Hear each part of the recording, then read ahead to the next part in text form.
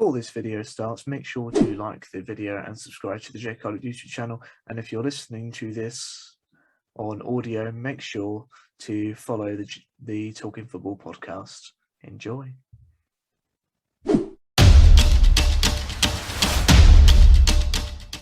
Hey guys, and welcome back to the Talking Football podcast with your host, Jacob Cullep. And yet again, we're talking about at the end to another game week in the Premier League. Game week 2 it has been, almost dropped the pen there. But game week 2, what a fantastic week it was for either of your teams. If you were a Liverpool fan, if you were a Chelsea fan, fantastic performances from them. We will dive into that, but maybe not for me, being a Man United fan. Probably not the best result for us, if I'm honest, but we will get into that. And remember, guys, to follow Talking Football podcast, as previously mentioned.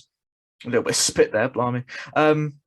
Make sure to follow the Talking Football podcast on Instagram. Make sure to follow my Instagram page as well, Jacob Cullep __. It'll all be linked down in the description below. And if you're listening to this on a podcast provider, make sure to follow on there. Spotify, Apple Podcasts, your choice. It's also good to be a bit diverse these days. So let's get into the game week 2 predictions that I did last week. And I'm going to share the screen now. Let's just show that. And here we are. You probably can't see my face, but that's probably a good thing for some people. But we have the first game here. We have Liverpool versus Burnley. So that ended 2-0. I originally put 3-1. I thought Liverpool were going to win this game, which I did get the win correct. But I thought they actually struggled a bit in the first half of Liverpool. But then the goal from Diogo Jota from a brilliant cross from Kostas Tsimikas.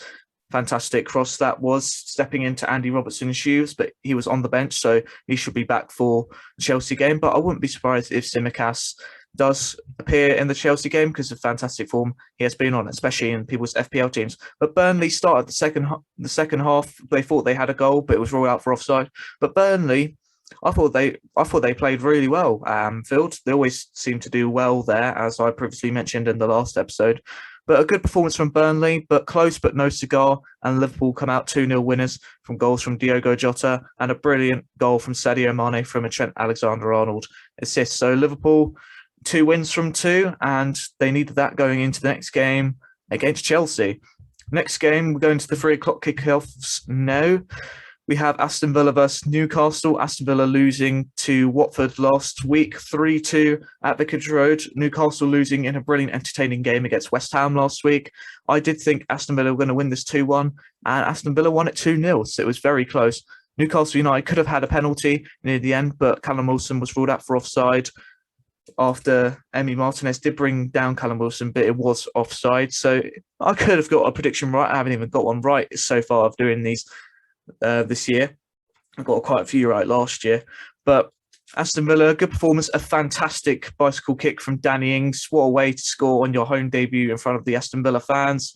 And a goal from Mawel Agazi from the penalty spot, having his 100% record intact from the penalty spot. Good performance from Aston Villa, but Newcastle, 2 losses from 2, and Aston Villa getting off the mark in the Premier League season. Now we go to the most boring game of the 3 o'clock kickoffs. We had Crystal Palace versus Brentford. It was the first draw of the season. I thought Crystal Palace were actually going to win this one 1-0, so I did think it was going to be quite a close and probably a dull game. But in the end, it ended up 0-0 with Brentford actually having most of the chances in the game. But Crystal Palace could have scored a wonderful goal, but it was a brilliant save from the goalkeeper. Not really much to say on this game, but yeah, 0-0 was a draw. Most entertaining game of the 3 o'clock kickoffs, perhaps from not the next one, but we had Leeds versus Everton. Fantastic game that was. Dominic Calvert-Lewin converting from the penalty spot after a penalty appeal from VAR. And then Leeds equalised through Mateusz Klich. And then right at the start of the second half, Demarai Gray getting his first goal for Everton, a fantastic goal. He played really well in this game. And then Rafinha getting his first goal of the season with a wonderful left foot strike from outside the box. Fantastic game, entertaining game of football. I originally put this down as a 3-2 victory for Leeds. I wasn't far off in this game, but it was absolutely fantastic. If you have time, go watch it again. Fantastic game. and Leeds get their first point of the season, and Everton have a win and draw in their first 2 games. Not bad for Rafa Benitez. They're definitely playing for him, as we've seen in the first 2 games, but there is something known as the new manager bounce. Next game we had, well, this is another entertaining game. Well, this is pretty predictable, but we have Manchester City versus Norwich at the Etihad. I originally predicted Man City win. I think everyone did. I said this was going to be 4-0. Ended up being 5-0. The first goal was an own goal from Tim Krul, really unlucky. He hit off the defender, then hit off him. And then Jack Grealish, with a very lucky goal, he didn't know much about it, came off his knee from a cross from Gabriel Jesus. And he made it 2-0. Our Aymeric Laporte also scored as well. I can't remember the other score. Who's the other score? I can't remember. But Riyad Mahrez making it. Actually, I'm going to click onto that, then it'll be a bit easier. Raheem Sterling, there we go. I forgot Raheem Sterling. But Raheem Sterling also scoring to make it 4, then Riyad Mahrez to make it 5. A fantastic performance from Manchester City, the champions, in front of their 51,437 fans. Well, that's also counting Norwich City fans. I'm surprised actually City have fans. But I digress. Let's move on. But yeah, good win for Manchester City, and definitely needed to get off the mark in the season. And then the last game on Saturday was Brighton and Hove Albion versus Watford. Brighton winning their first game at Turf Moor last week. Watford also beating Aston Villa, surprisingly. I did put Brighton to win this one and make it 2 wins from 2. I originally said 2-1 and it ended 2-0. So I was actually really close on this game as well. I've had 2 close predictions with the Leeds and Everton game and the Brighton and Watford game. So I'm quite happy with the predictions, but yeah, you wish you wanted one anyway. Then we go into Sunday's games. We had the two 2:00 kickoffs. First one was Southampton versus my boys Manchester United. Southampton took the lead for a Fred own goal deflected from a Jay Adams shot, and it went in past David De Gea. Nothing he could do about it. But Fred, if you guys actually want to see me do a Man United series of reviews, make sure to put a comment down in the description if you actually want to see me talk about Manchester United more. But Man United equalised through Mason Greenwood, 2 goals in 2 for him. He's had a fantastic start to the season. And Paul Pogba already getting his 5th assist of the season. So fantastic for Paul Pogba. Started the season very well, and as Mason Greenwood. But those were probably the 2 best players for Manchester United. A really bad performance. I mean, after each goal winning, Manchester United just didn't look like playing. It was that bad. They score a goal, concede a goal, and then they just drop. We had about 10 minutes spell after we scored the goal. But then after that, I think Southampton had glorious chances, especially the ones from Adam Armstrong, say from David De Gea. It was bad from a Maguire pass. So Southampton really should have won the game. We come out with a point. Maybe not bad on paper, but considering everyone else like Liverpool and Chelsea have won and Manchester City won as well, so they're only a point behind. It's not the greatest result in the world. But if you guys want to see me talk more in depth about Manchester United, make sure to put in the comments on the video or message me on my social media. Then we go to the other 2:00 kickoff. On Sunday, we had Wolverhampton Wanderers versus Spurs. Nuno Espirito Santo returning to his former side he left during the summer. Not much in this game. I think Spurs definitely deserved to win. Ruben Neves was the standout performer for Wolverhampton Wanderers. Steven Bergwijn's little run was quite good, but he can never actually finish. Steven Bergwijn, good player, but he needs to find a bit more consistency. But the only goal of the game happening from the penalty spot, from Dele Alli winning the penalty after the new Wolverhampton Wanderers goalkeeper conceded it, and Dele Alli converted with his first goal of the season. And is Dele Alli back from a few years ago? 2 games in, maybe a bit early to say, but Dele seems to be performing well at the moment. Then we go to the biggest game of Game Week 2. It was Arsenal, the struggling Gunners, versus the high-flying birds Lions, high-flying birds, if you know, you know. And Chelsea, Thomas Tuchel's Chelsea, to be exact. And Chelsea, no surprise here, coming out 2-0 winners. I actually got to go back. I said Man United were going to win 3-0. That ended 1-1. I said Wolverhampton Wanderers were going to lose against Spurs 2-0. Ended 1-0, so I was close on that. Then I said Chelsea were going to win 2-1 in this game. I was close on that as well. I thought Arsenal were very close to scoring. A better performance in the second half, but that first half performance after the 10-minute mark and then 15 minutes after Romelu Lukaku scored, Arsenal actually started the game well, But Chelsea just took a hold of that first half, fantastic performance. And it looked like every time Chelsea went forward, they were just cutting through that midfield so easily. They looked like they were going to score every time. Perhaps they should have scored more than two, especially with the chances from Romelu Lukaku. And then some of the other chances the players had, like Havertz as well. So Chelsea really should be coming out more than 2-0 winners, but maybe a little bit of encouraging second half for Arsenal. But 2 losses from 2, Chelsea 2 wins from 2 going into that big game at Anfield on Saturday. Definitely confidence for the Blues and no confidence for the Gunners, who face Manchester City, but we'll get into that later. And then we have West Ham United versus Leicester on the Monday Night Football. The first Monday Night Football of the season ended West Ham 4, Leicester City 1. A surprising result. I said this was going to be close. It's going to be 1-1. Brilliant first goal from West Ham. Brilliant first time cross from Saeed Benrahma to Pablo Fornals. Antonio assisting Benrahma again. That's a good partnership. It could be like Kane and Son last year. And then a goal from Yuri Tillemans. It was their only shot on target. It was a deflected shot and then fell out to him. So they scored. And then Antonio becoming West Ham's top Premier League goal scorer by scoring 2 wonderful goals. And his very funny celebration. It was quite funny. But yeah, West Ham running out 4-1 winners. Fantastic performance. I did think this was going to be close, but Leicester were down to 10 men after a horrible challenge from Jose Perez.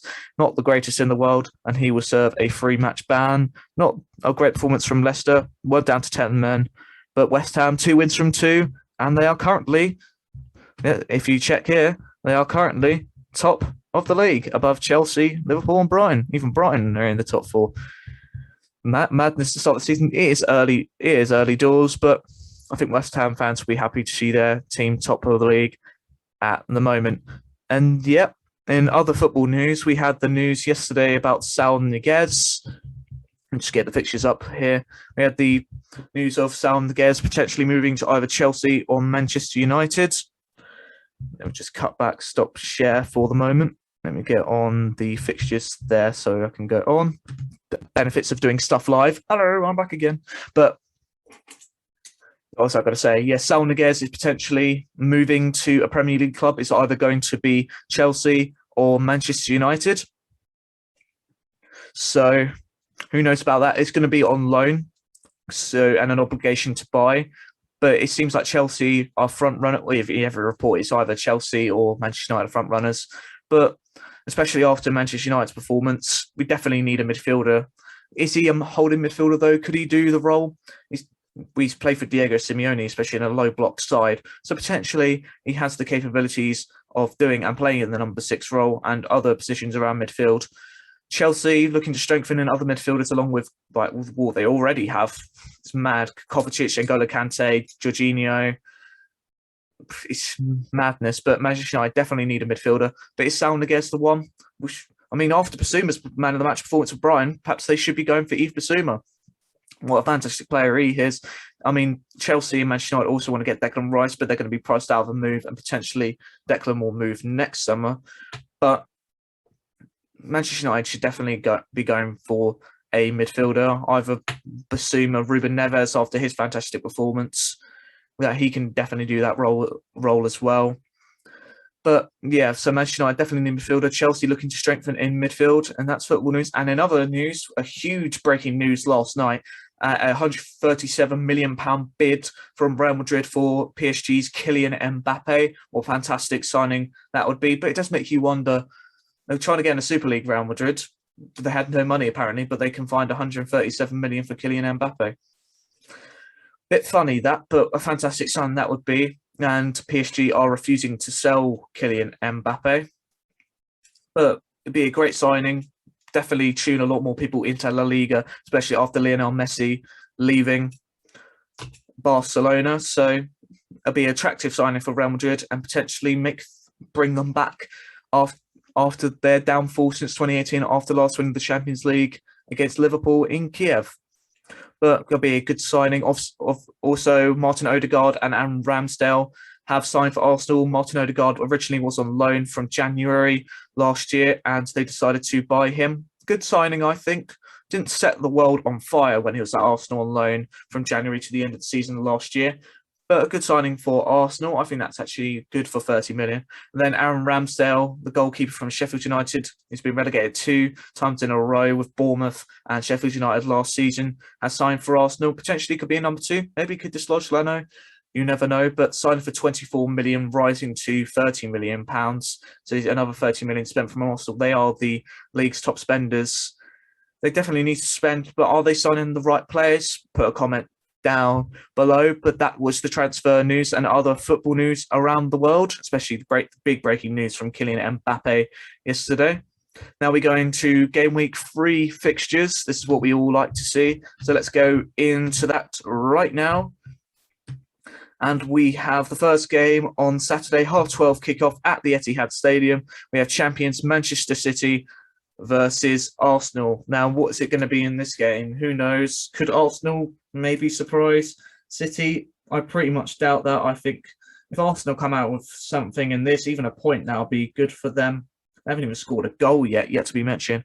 But I do think Manchester City are going to be a bit too strong, and I'm going to go for 3-0 Manchester City and get another win under their belt. Aston Villa versus Brentford.